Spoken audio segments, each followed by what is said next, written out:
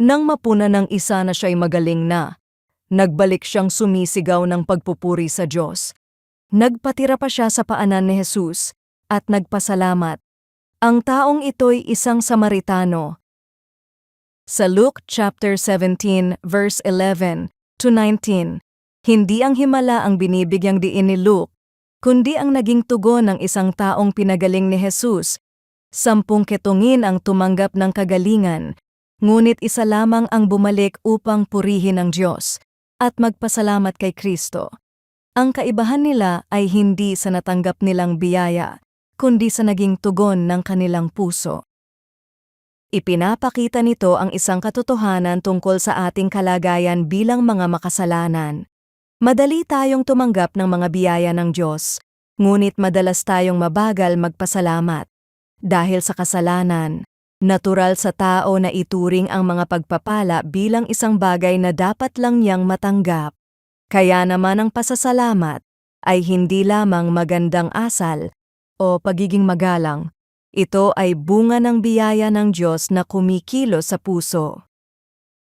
May mga pagkakataon na matagal nating ipinapanalangin ang isang bagay, gaya ng paggaling, trabaho, proteksyon, o tulong sa ating pangangailangan.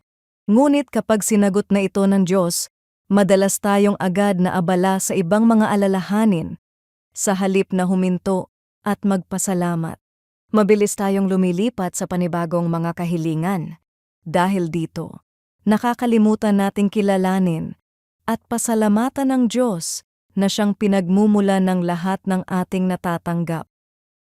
Mas mahalaga pa rito ang katotohanang ang lalaking bumalik ay hindi lamang natuwa sa kanyang kagalingan, bumalik siya kay Jesus. Ang siyam ay nasiyahan sa biyayang natanggap nila, ngunit ang isa ay naghanap sa nagbigay ng biyaya.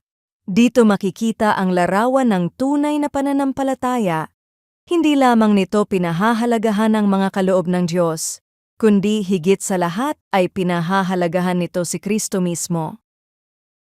Ang pinakamalaking biyayang natanggap natin ay hindi anumang material na pagpapala o pansamantalang kagalingan.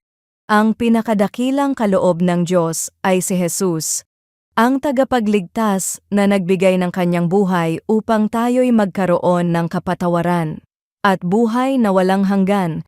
Kapag ito ang malinaw sa ating puso, ang pasasalamat ay nagiging natural na tugon ng ating buhay araw-araw. Panginoon, patawarin mo ako sa mga panahong mabilis akong humingi at tumanggap ng iyong mga biyaya, ngunit nakakalimot akong magpasalamat. Tulungan mo akong laging alalahanin na ang lahat ng mabubuting bagay ay nagmumula sa iyo. Naway higit kong mahalin at hanapin si Kristo. Kaysa sa mga biyayang natatanggap ko, bigyan mo ako ng pusong marunong magpasalamat at magpuri sa iyo araw-araw.